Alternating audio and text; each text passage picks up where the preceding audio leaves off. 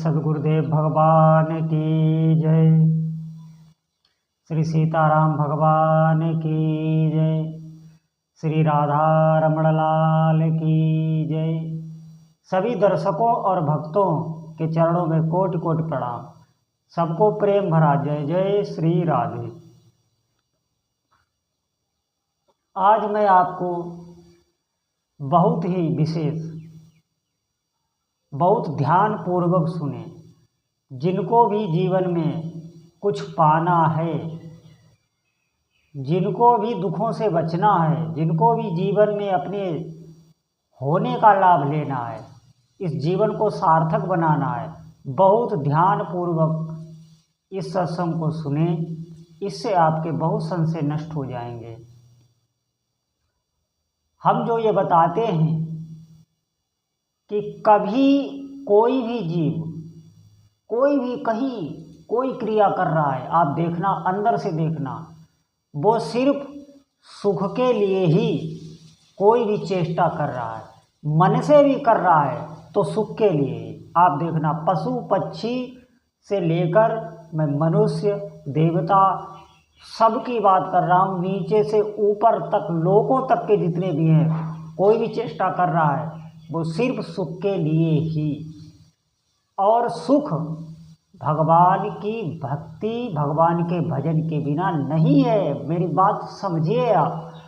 आप भगवान के नाम को बस पकड़ लीजिए, बिल्कुल नाम नहीं छूटना चाहिए। भगवान का नाम जब, भगवान का नाम का लेखन, मंत्र, जो भी आपके इष्ट देव हों, मैं बता रहा हूँ आपको बहुत सूक्ष्म बात। मैं इसलिए बताता हूँ, आपकी सारी कामनाएं तो पूर्ण होगी ही होगी, और किसी एक के भी अंदर अगर भगवान की भक्ति प्रकट हो गई, थोड़ा सा भी, बहुत अंश मात्र भी भगवान के प्रति अगर किसी के अंदर प्रीति उत्पन्न हो गई, तो आपको मैं बता नहीं सकता उसे, उसके हृदय की क्या स्थिति होती है। आप ये सुनते तो हैं कि भगवान के प्रेम में पागल हो गया, भगवान की भक्ति करता है, भगवान से प्रेम करता है, लेकिन आप जानते नहीं ये प्रेम है क्या वस्तु।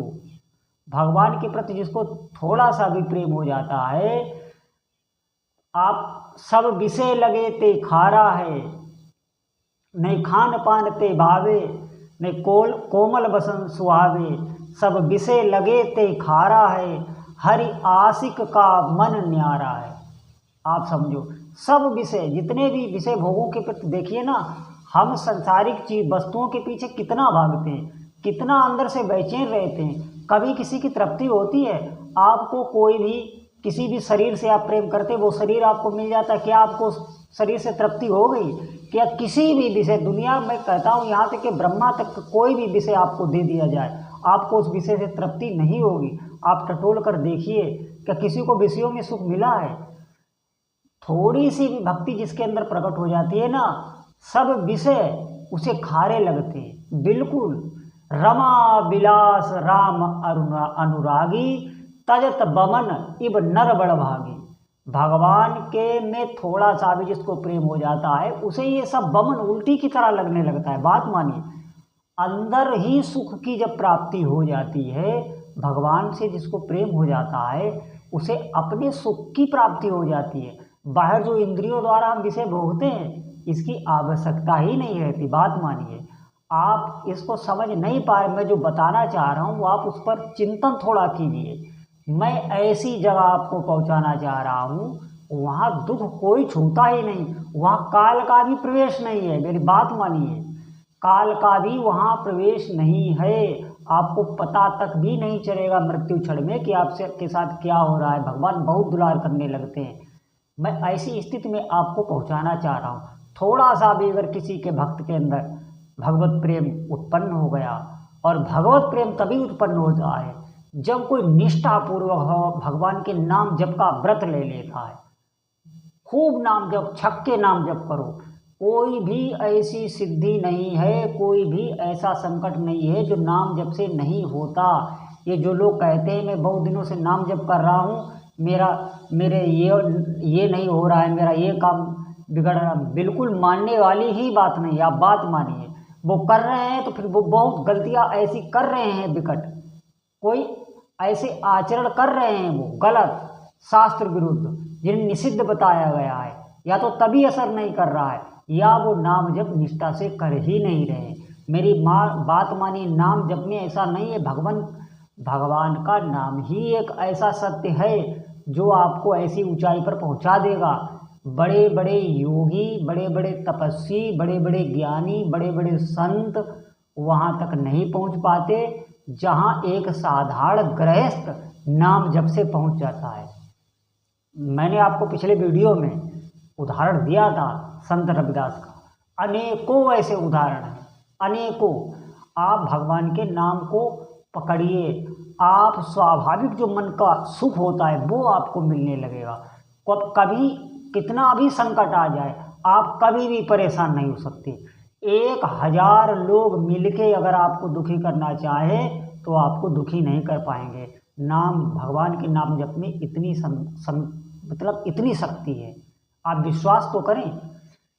और एक बात मैं आपको और बता दूं, भगवान के प्रति प्रेम जो मैंने बताया है उसका अगर तुम्हारे अंदर थोड़ा सा भी, क्योंकि भगवान का जब नाम जब आप करेंगे तो धीरे धीरे क्या होगा, आपका हृदय द्रवित होने लगेगा। आपको नाम ऐसा ज्ञान प्रदान करने लगेगा कि आप जितने भी आपकी गलत चेष्टाएं हैं जिनसे आप परेशान, अरे हम लोग तो इस मन की ही चेष्टाओं से परेशान रहते हैं, अपने ही इस मन से। आप कभी देखना, विचार करना, अपनी ही आदतों को नहीं छोड़ पाते हैं, ऐसी गलत गलत आदतें पड़ जाती यही मन, और हम चाह रहे हैं लेकिन ये मन हमें नहीं छोड़ता है, आप देखना।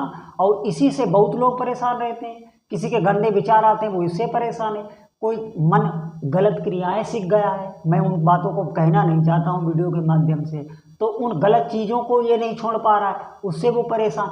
ये मन ही तो तुमको परेशान किए हुए। बातों समझने की कोशिश कीजिए। आप नाम जप से ऐसी आध्यात्मिक ऊर्जा आपके अंदर तैयार होगी जिसे विवेक कहते हैं, जो आपकी बुद्धि में बैठकर आपसे ऐसे कार्य होने लगेंगे कि आप संतुष्ट हो जाएंगे। आप मेरा पता पूछने लगेंगे, निश्चित ही आप मुझसे मिले बगैर नहीं रह पाएंगे कि उन संत भगवान के कहने से मैं नाम में लग गया, मेरा जीवन निहाल हो गया। मैं बिल्कुल झूठ नहीं कह रहा हूँ, मेरा कोई स्वार्थ नहीं है आपसे।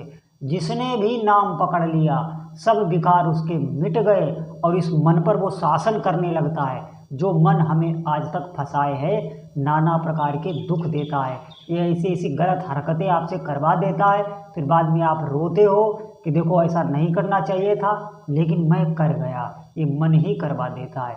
नाम आपको ऐसा आंतरिक सुख देने लगेगा कि ये मन जो है ना, ये उसमें भटक जाएगा, ये खुद लगने लगेगा नाम जप में, ये छोड़ नहीं पाएगा भगवान का नाम। इतनी शक्ति है भगवान के नाम में। मैं बात कर रहा हूँ उस नाम की, कोई भी इष्ट देव वो आपके हो, वो सब शक्तियाँ एक ही हैं। आप ये ना ले जाएं कि मैं किसकी बात कर रहा हूँ, मैं तो इनका नाम जप रहा हूँ, बिल्कुल नहीं। सब शक्तियाँ एक ही है। मैंने बताया था ये हथेली, ये 5 अंगुली।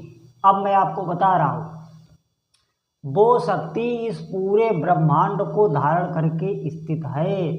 किसको कहाँ पर क्या भोजन देना है, किसकी कहाँ पर रक्षा करनी है, सब कुछ कर रहा है। मेरी बात मानिए, हमारे तुम्हारे अंदर भी बैठ के सब कुछ करा रहा है। इतनी शक्ति है वो।